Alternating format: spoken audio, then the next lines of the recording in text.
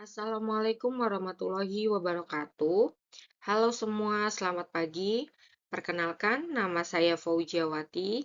Saya adalah mahasiswa Magister Ilmu Komunikasi di Universitas Mercu Buana. Pada video kali ini kita akan membahas tentang topik yang sangat fundamental bagi siapa saja yang berkecimpung di dunia organisasi, bisnis maupun akademisi komunikasi, yaitu kajian teoritis komunikasi korporat. Mengapa topik ini penting? Karena komunikasi korporat adalah jantung dari sebuah organisasi. Tanpa pemahaman teoritis yang kuat, praktek komunikasi korporat hanya akan menjadi aktivitas yang tidak terarah, sekedar hanya menggugurkan kewajiban dan pada akhirnya gagal membangun reputasi serta membangun hubungan jangka panjang dengan pemangku kepentingan. Baik, sebelum kita menyelami korporat, kita perlu memahami dulu apa sih itu teori. Teori merupakan sebuah sistem konsep yang abstrak dan hubungan konsep tersebut yang membantu kita untuk memahami sebuah fenomena. Ini dikutip dari Little John dan Force pada tahun 2011. Teori juga diibaratkan bagai peta jalan untuk memahami secara umum bagaimana perusahaan, maka teori komunikasi organisasi dapat memberikan gambaran. Setelah kita memahami apa itu teori, kita lanjut ke konsep dasar berikutnya, yaitu apa itu komunikasi. Secara etimologis, kata komunikasi berasal dari bahasa Latin yaitu communis, yang artinya adalah sama makna, berbagi, atau menjadi milik bersama. Jadi, komunikasi adalah suatu usaha yang memiliki tujuan untuk kebersamaan atau kesamaan makna. Tujuannya antara lain adalah memberikan informasi, memperoleh komunikasi, mempengaruhi orang lain, merangsang minat agar orang lain berbuat sesuatu, mendidik perilaku, menyelesaikan masalah, membuat keputusan, hingga mengevaluasi. Berikut ini adalah model dari komunikasi Harlow Laswell, di mana model ini membantu kita untuk memahami komunikasi. Who says what, in which channel, to whom with what effect.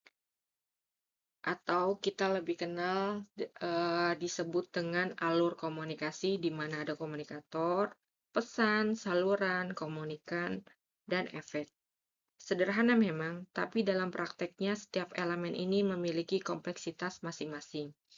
Agar lebih mudah dipahami, kita lihat sebuah studi kasus sederhana di sebuah perusahaan, di mana seorang direktur perusahaan menyampaikan target pendapatan perusahaan tahun depan dalam rapat akhir tahun pada manajer perusahaan agar menjadi panduan dalam menyusun rencana kerja masing-masing divisi, di mana seorang direktur tersebut adalah seorang komunikator dan pesannya adalah menyampaikan target pendapatan perusahaan untuk tahun depan melalui saluran secara langsung atau verbal dalam rapat akhir tahun yang dituju pada para manajer di perusahaan tersebut agar memberikan atau menjadi panduan dalam menyusun rencana kerja masing-masing divisi.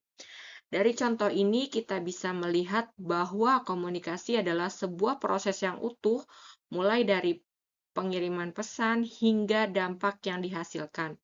Jika satu elemen ini tidak berfungsi dengan baik, maka komunikasi tidak akan mencapai tujuannya. Baik, sekarang kita masuk ke dalam inti materi. Apa sih itu komunikasi korporat? Namun sebelumnya kita pahami dulu apa itu korporat.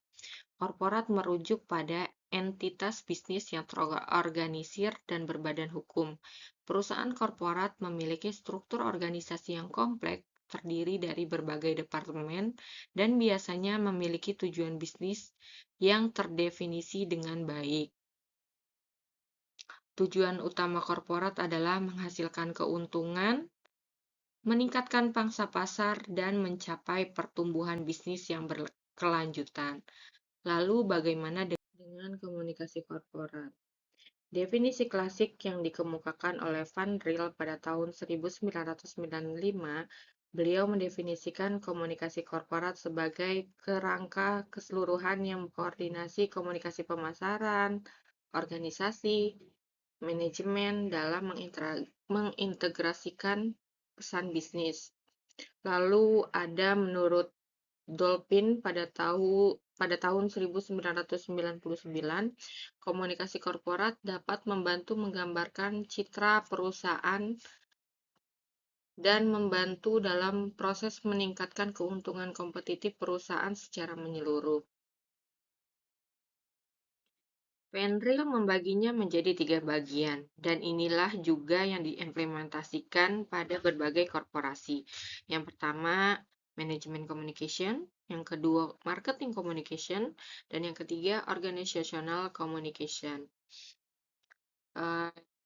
Pada manajemen communication, ini adalah komunikasi yang dilakukan langsung dari pimpinan dan manajemen kepada karyawan. Tujuannya adalah menyampaikan arahan, visi, dan nilai perusahaan secara konsisten dan menginspirasi. Contoh prakteknya adalah email dari CEO. Lalu yang kedua ada marketing communication. Ini adalah komunikasi yang berfokus pada produk dan layanan. Ditunjukkan kepada pelanggan untuk membangun kesadaran merek, loyalitas, dan mendorong keputusan pembelian. Contohnya adalah iklan, promosi, konten media sosial, dan branding campaign. Dan yang ketiga ada organizational communication. Ini adalah komunikasi yang membangun citra dan reputasi perusahaan secara menyeluruh. Lingkupnya sangat luas, mencakup hubungan dengan investor, media, pemerintah, dan komunitas luar. Contohnya adalah laporan tahunan, siaran pers, program CSR, dan lain sebagainya. Ketiga pilar ini harus terintegrasi. Jika tidak, pesan yang diterima oleh publik akan simpang siur dan membingungkan. Bayangkan, jika marketing communication mempromosikan produk dengan klaim ramah lingkungan, tapi organizational communication tidak pernah menyampaikan komitmen berkelanjutan perusahaan. Publik akan bingung dan cenderung tidak percaya.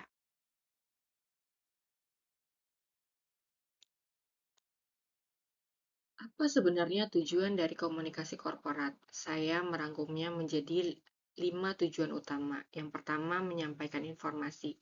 Memberikan informasi yang akurat dan tepat waktu kepada publik internal dan eksternal. Ini adalah fungsi dasar komunikasi. Yang kedua adalah membujuk khalayak, memperoleh reaksi dari khalayak berupa dukungan, kerjasama, dan loyalitas. Komunikasi korporat tidak hanya memberitahu, tapi juga mengajak. Yang ketiga, menciptakan sinergi, membangun kolaborasi yang kuat antara perusahaan dan seluruh pemangku kepentingan. Ketika semua pihak memiliki kepahaman yang sama, kolaborasi akan berjalan dengan baik. Dan yang keempat, membangun reputasi, menciptakan citra positif yang menjadi aset tidak berwujud namun sangat bernilai. Reputasi adalah akumulasi dari semua komunikasi yang pernah dilakukan perusahaan. Dan yang kelima adalah mengelola krisis.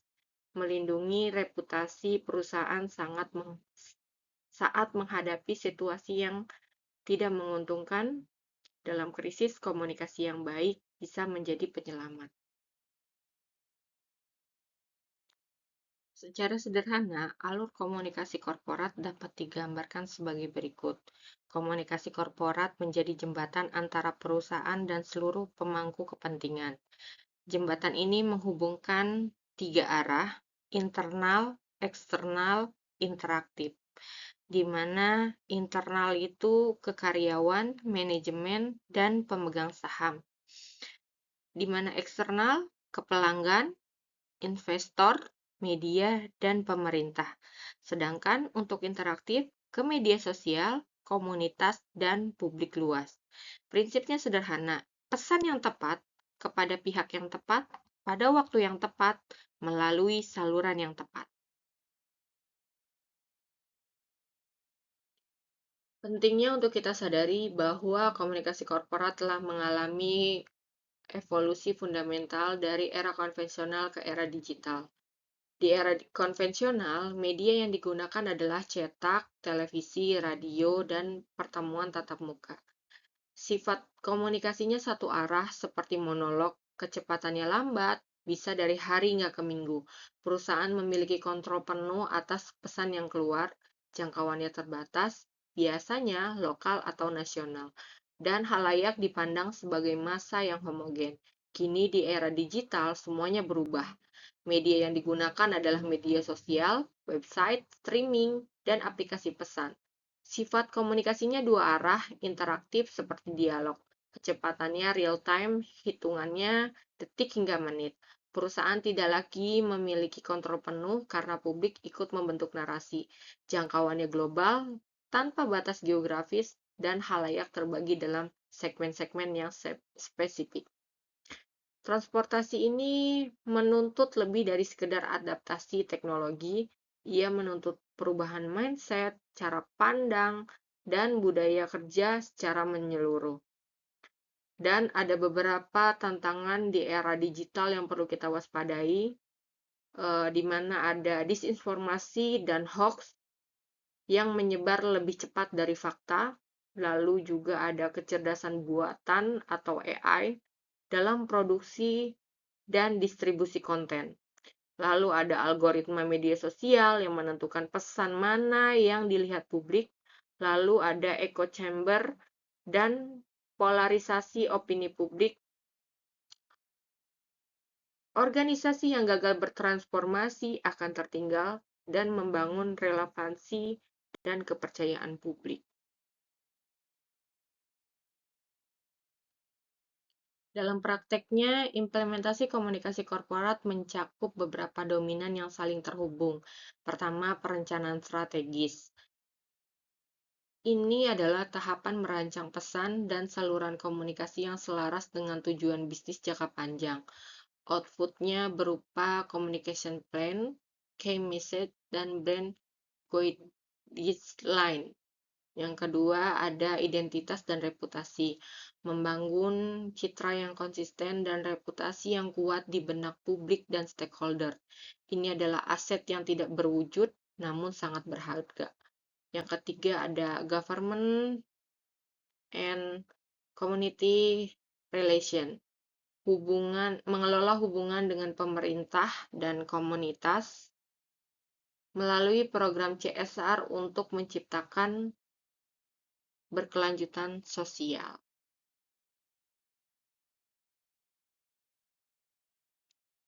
Selanjutnya ada teori yang mendukung komunikasi korporat, di mana teori stakeholder itu dikemukakan oleh Freeman pada tahun 1984, di mana untuk mengidentifikasi pihak yang berkepentingan. Lalu ada teori identitas organisasi yang dikemukakan oleh Arbet dan Wenten pada tahun 1985, bagaimana organisasi mendefinisikan dirinya. Lalu ada teori reputasi, Pombrun dan Van Riel pada tahun 1997, hubungan antara komunikasi dan reputasi.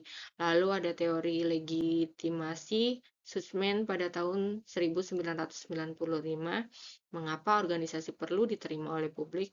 Lalu juga ada teori komunikasi terintegrasi yang dikemukakan oleh Cliato pada tahun 2008, pengembangan dari IMC ke komunikasi korporat. Sebagai penutup dari keseluruhan materi, saya ingin menekankan satu hal penting. Komunikasi korporat bukan sekedar penyampaian informasi, ia adalah alat strategis untuk membangun hubungan, membentuk citra, dan menjamin keberlanjutan organisasi di era modern. Ada 3 fungsi strategis komunikasi korporat. Yang pertama ada membangun hubungan, di mana menciptakan ikatan yang saling menguntungkan dengan seluruh pemangku kepentingan. Yang kedua, membentuk citra, mengelola persepsi publik agar selaras dengan identitas dan apresiasi perusahaan. Yang ketiga, ada menjamin keberlanjutan, memastikan perusahaan tetap relevan, dipercaya, dan didukung dalam jangka panjang. Dengan pemahaman teoritis yang kuat, kita dapat mengelola komunikasi korporat secara lebih cerdas, strategis, dan berdampak. Semoga video ini bermanfaat dan menambah wawasan untuk kita semua, terutama bagi saya yang sedang mendalami ilmu komunikasi, praktisi public relation, maupun yang berkecimpung dalam dunia korporasi. Terima kasih. Akhir kata, wassalamualaikum warahmatullahi wabarakatuh.